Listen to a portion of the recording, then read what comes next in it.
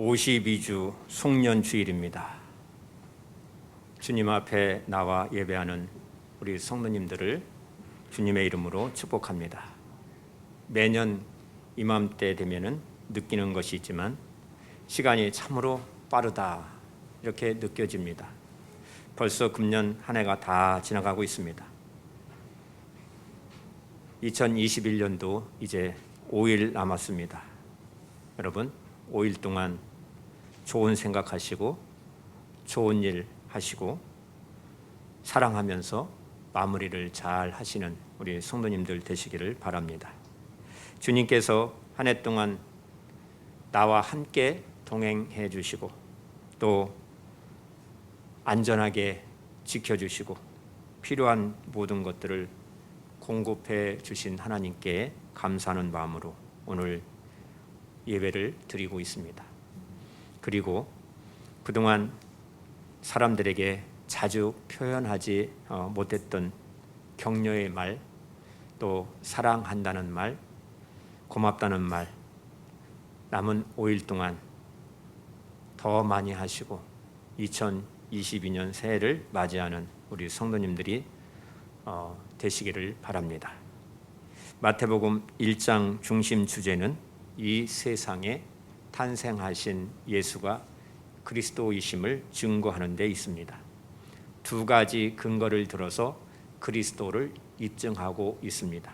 첫째는 하나님께서 아브라함과 다윗에게 언약하신 성취임을 족보를 들어서 증명해 주고 있고요. 두 번째는 동정녀 탄생이 선지자로 하신 예언의 말씀의 성취를 들어서 입증해 주고 있습니다. 그래서 본문 22절에 이 모든 일이 된 것은 주께서 선지자로 하신 말씀을 이루려 하심이라 라고 말씀하고 있는 것입니다. 마태복음 저자 마태는 구약 예언의 성취를 무려 12번이나 지적을 하고 있고 60회 이상 구약 말씀을 인용하여 말씀하고 있습니다. 예수 그리스도의 나심에 대한 마태복음의 기록은 성령의 능력을 인간들에게 이해시키는 데 집중을 하고 있는 것입니다. 1절에 아브라함과 다윗의 자손 예수 그리스도의 계보 세계라라고 말씀하면서 예수님의 족보로 시작하고 있습니다. 그 첫째가 아브라함으로 시작되고 둘째가 다윗으로 시작해서 예수 그리스도로 기결되고 있습니다. 궁극적으로 하나님께서는 영적 왕이신 그리스도를 준비해 오셨다라는 데 있는 것입니다.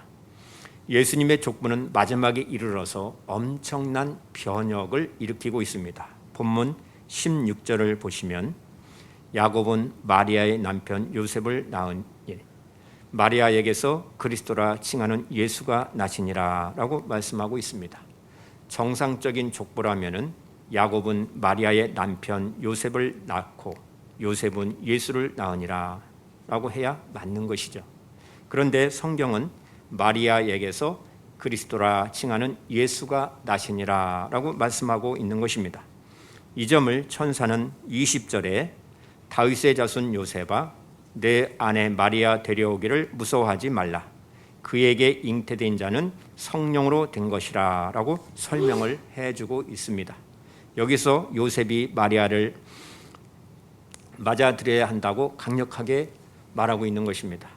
그렇다면은 분명히 그리스도라 칭하는 예수는 요셉의 아들이 아닌 것을 성령께서 설명을 해주시는 것입니다. 유대인들은요 그리스도가 다윗의 자손으로 오시게 될 것을 믿고 살았습니다. 우리들도 나는 왜 이 세상에 왔을까? 내 부모는 왜 이런 분일까? 내 인생에 대하여 끊임없이 질문을 하게 됩니다. 우리가 짧은 인생을 살면서 한 번밖에 살 수 없음을 깨달을 때에 나는 참으로 소중하고 중요한 존재라는 사실을 알게 되죠. 그렇다면 이제부터 나는 우리 집안에, 우리 가정에 반드시 필요한 사람이다. 그리고 교회에서 없어서는 안 될 주님의 일꾼으로 세움을 받았다. 또한 직장에서도 다른 사람에게 유익함을 주는 멋진 사람이다. 이런 보람과 의미를 알게 된다면 언제나 사랑으로 수고하고 서로 합력하여서 선한 일을 이루는 데에 최선을 다하게 되는 것입니다. 우리 주님께서 이 세상에 오신 목적은 나를 구원하시기 위해서임을 성경은 말씀하고 있습니다. 하나님께서는 주를 믿어 의로운 사람들에게 성령이 임하게 하신다라고 말씀하고 있습니다. 본문 18절 19절 말씀은 예수 그리스도께서 세상에 오시는 방식을 설명해 주고 있습니다. 주님께서 이 세상에 처음 오실 때 하나님께서는 사람들이 도무지 이해할 수 없는 기적적인 그 방법을 통해서 잉태의 방식을 보여주고 있는 것입니다. 성령을 통해서 새로운 창조의 역사를 이루셨다라고 말씀하는 것입니다. 본문 18절 19절에 예수 그리스도의 나심은 이러하니라. 그의 어머니 마리아가 요셉과 약혼하고 동거하기 전에 성령으로 잉태된 것이 나타났더니 그의 남편 요셉은 의로운 사람이라 이를 드러내지 아니하고 가만히 끊고자 했다라고 말씀하고 있습니다. 만약에 요셉이 드러냈다면 어떻게 되었을까요?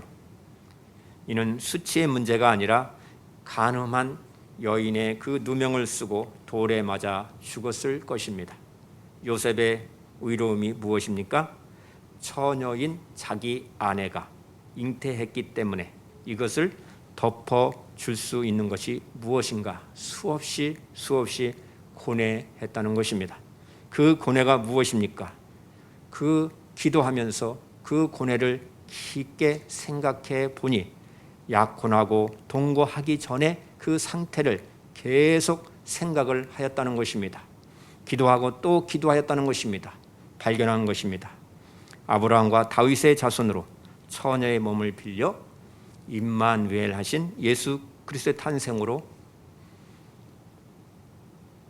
하나님께서는 준비하셨다라는 것을 요셉에게 깨달음을 주신 것입니다.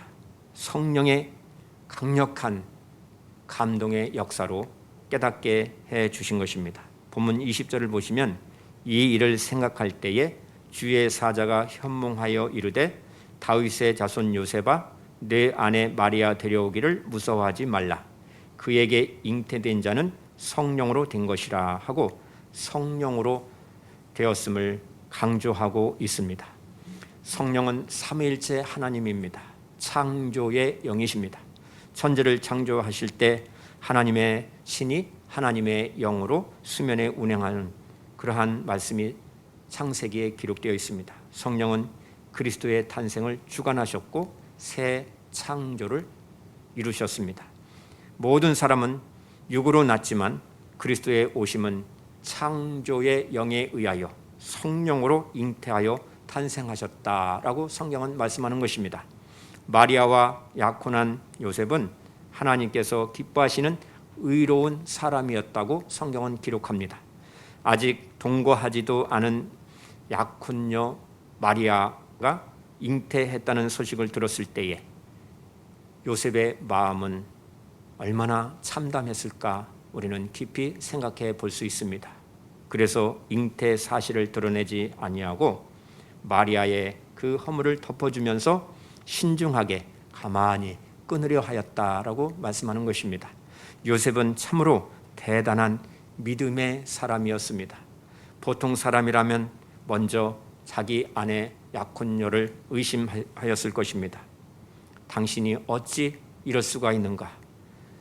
나를 어찌 이렇게 배신할 수 있는가? 이렇게 말하면서 화를 내고 모든 책임을 상대방에게 전가하는 것이죠.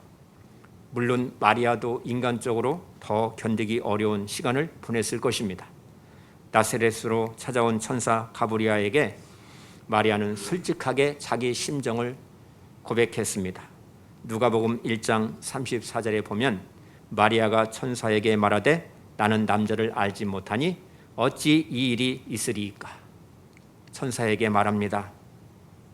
나는 남자와 잔일이 없습니다. 그런데 어찌 내가 임신할 수 있겠습니까? 마리아는 자신이 순결한 여자임을 천사에게 그대로 고백하였던 것입니다. 이사야 선지자는 이사야서 8장 14절에 마태는 이 말씀을 인용하여 본문 23절에 이렇게 말씀하죠. 보라, 처녀가 잉태하여 아들을 낳을 것이요 그의 이름은 임마누엘이라 하리라 하고 예언하였던 것입니다. 23절에는 이를 번역한즉 하나님이 우리와 함께 계시다 하면이라 하고 설명을 해주고 있습니다. 여기서 중요한 핵심은 처녀가 잉태했다는 데 있는 것이 아닙니다. 임마누엘의 있음을 명심해야 하는 것입니다. 왜 임마누엘 하셔야만 했습니까? 하나님께서는 첫 창조를 이루신 후에 임마누엘 하셨기 때문입니다. 그런데 최초의 임마누엘은 인간의 범죄로, 아담의 범죄로 말미암아 깨어지고 말았던 것입니다. 하나님의 나라 회복은 임마누엘의 회복인 것입니다. 그 임마누엘은 죄로 인하여서 하나님과 인간 사이가 가로막혀 있었던 것입니다. 그러나 이제는 그 임마누엘 하나님이 오심으로 그 구속함으로 말미암아 성령으로 잉태하여 임마누엘 하신 것을 말씀하고 있습니다. 그리고 주님의 그 구속의 은혜로 교회를 성전으로 삼으시고 세상 끝날까지 너희와 항상 함께 하신다라고 약속을 해 주셨습니다. 이 놀라운 임마누엘의 사건은 마리아가 주의 여종이오니 말씀대로 내게 이루어지니이다 하고 믿음을 소유한 그 순결한 여인의 순종으로 말미암아 이루어졌음을 성경은 기록하고 있습니다. 의로운 사람들에게 성령이 임하게 된다고 말씀하고 있습니다. 그래서 그 의로운 사람을 통하여 그리스도가 이 땅에 오시게 되었음을 말씀합니다. 하나님은 죄에서 구원할 자를 세상에 보내셨다라고 말씀하고 있습니다. 본문 21절을 보시면 아들을 낳으리니 이름을 예수라 하라. 이는 그가 자기 백성을 그들의 죄에서 구원할 자이심이라 하니라 라고 말씀합니다. 하나님의 아들이신 그리스도는 인간을 죄에서 구원할 사명을 가지고 예수라는 이름으로 이 세상에 오셨다고 말씀하고 있습니다. 죄로 물든 세상의 사람들을 구원하는 일은 그리 쉽지 않는 일입니다. 죄는 죄를 씻는 대가로 생명을 내놓아야 하기 때문입니다. 구약 시대에는 민수기 35장 말씀을 보게 되면 내 죄를 속량하기 위해서 나 대신에 죄 없는 어린 양이 그 피를 흘려야만 했고, 큰 죄를 짓고 도피성을 찾는 죄인은 대제사장이 죽어야만, 그 대제사장이 임기에 죽어야만 비로소 그 자기의 죄가 씻겨져 죽음을 면하게 되었음을 성경은 기록하고 있습니다. 이러한 율법을 완성하기 위하여 선지자들을 통해서 예언하신 메시아 언약, 즉 메시아가 탄생의 그 역사가 시작되었음을 말씀하고 있습니다. 메시아의 언약의 성취는 죄 없이는 하나님의 아들 예수 그리스도께서 이 땅에 오실 수가 없는 것입니다. 그 죄를 사하기 위해서 예수님께서 이 땅에 오셨음을 말씀하고 있는 것입니다. 그분은 자기 백성을 그들의 죄에서 구원할 자, 즉 자기 백성을 구원할 사명으로 오셨다고 말씀하고 있습니다. 구원할 자, 이 말씀이 바로 복음의 핵심인 것입니다. 그분은 죄인들을 위해서 어린 양처럼 피를 흘리셨고 십자가에 달려 죽임을 당하셨다라고 말씀합니다. 이 모든 사역은 바로 임마누엘의 예언을 이루셨음을 본문 22절, 23절에서 말씀하고 있습니다. 22절에 이 모든 일이 된 것은 주께서 선지자로 하신 말씀을 이루려 하심이니라 라고 말씀하고 있습니다. 이 날을 얼마나 기다리고 고대했는지 시편 130편 시인은 이 기다림을 이렇게 찬양을 하고 있습니다. 시편 130편 여호와여 내가 깊은 곳에서 주께 부르짖었나이다. 주여 내 소리를 들으시며 나의 부르짖는 소리에 귀를 기울이소서. 여호와여, 주께서 죄악을 지켜 보실진대 주여 누가 서리이까? 그러나 사유하심이 주께 있음은 주를 경외하게 하심이니이다. 나 곧 내 영혼은 여호와를 기다리며 나는 주의 말씀을 바라는도다. 파수꾼이 아침을 기다림보다 내 영혼이 주를 더 기다리나니 참으로 파수꾼이 아침을 기다림보다 더하도다. 이스라엘아, 여호와를 바랄지어다. 여호와께서는 인자하심과 풍성한 속량이 있음이라.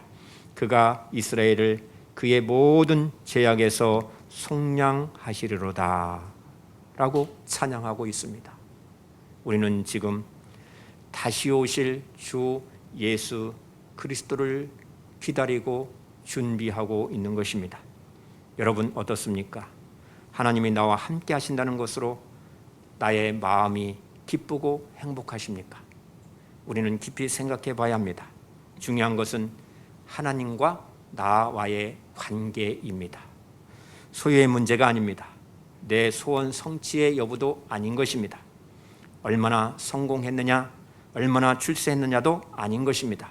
문제는 한마디로 하나님과 나와의 관계가 올바로 되어 있는가 하는 것입니다. 하나님과 나와의 관계에 대해 두 가지 서로 다른 입장이 있습니다. 사람이 하나님께 나아가는 길을 생각하는 입장이 있고 하나님께서 사람에게 오시는 것을 생각하는 입장이 있습니다. 세상의 모든 철학, 모든 사상, 모든 종교는 사람이 신에게로 나아가는 입장입니다. 방법과 이야기는 달라도 목적은 사람이 신에게로 나아가는 길을 찾으려고 하는 것입니다. 그래서 도덕을 이야기하고 정교를 이야기하고 수도를 하고 선행을 하고 극기를 하고 고행을 일삼고 이 모든 방법을 통해서 인간이 신에게로 나아가고자 하는 것입니다. 그런데 기독교는 창조주 하나님이 독생자 주 예수 그리스도를 이 세상에 친히 오시게 했다라고 말씀하는 것입니다. 하나님께서 인간을 직접 만나셨다는 것입니다. 직접 인간에게 함께 거하시기 위해서 인간의 몸을 입고 이 세상에 사람의 모습으로 오셨다라고 성경은 말씀하는 것입니다. 하나님께서 아브라함의 마리아의 몸을 빌려서 사람이 되셔서 아기 예수로 인간 문화 속에 들어오신 것입니다. 이것이 바로 성탄입니다. 여기서 임마누엘이 시작이 된 것입니다. 이에 대하여 기독교는 정반대의 입장에 있는 것입니다. 사람이 하나님을 찾는 것이 아니라 하나님께서 사람에게로 오시는 것입니다. 하나님이 나에게로 오시는 것입니다. 하나님께서 사람을 찾아오시는 것, 이것이 바로 기독교요 복음인 것입니다. 성탄의 은총은 임마누엘의 은총입니다. 하나님은 주님이 다시 오실 때까지 항상 우리를 사랑하시고 함께 해 주신다고 약속해 주셨습니다. 임마누엘의 은총이 성탄을 감사하고 축하하면서 다시 오실 주 예수님을 우리가 기대하면서 믿음으로 준비하는 저와 여러분 되시기를 바랍니다. 임마누엘의 은혜와 사랑과 성령 충만하심을 우리 온 성도들에게 충만하기를 주님의 이름으로 축복합니다. 기도합니다. 임마누엘의 주님, 2020년 전에 저 베들레헴 말 구유에 오셔서 영원히 우리와 함께 하시는 그 큰 은총을 알게 하시고 그 은혜 가운데 살게 하심을 감사합니다. 이제 이 시간 주님의 몸된 교회에서 함께 하나님께 예배드리는 하나님의 백성으로서 우리의 심령 가운데에 임마누엘의 은총이 충만하게 하여 주옵소서. 그리하여 임마누엘의 은혜로 이 세상의 어떠한 어려운 상황 가운데서도 믿음으로 나아가게 하시고 승리의 삶을 살게 하시고 임마누엘의 은총으로 주의 영광 드러나게 하여 주시고 다시 오실 주 예수님을 기다리면서 고대하면서 믿음으로 준비하여 주님 오실 그날에 잘하였도다 충성된 종아 칭찬받는 우리 온 성도들이 되게 하여 주시옵소서. 예수님의 이름으로 기도드리옵나이다. 아멘.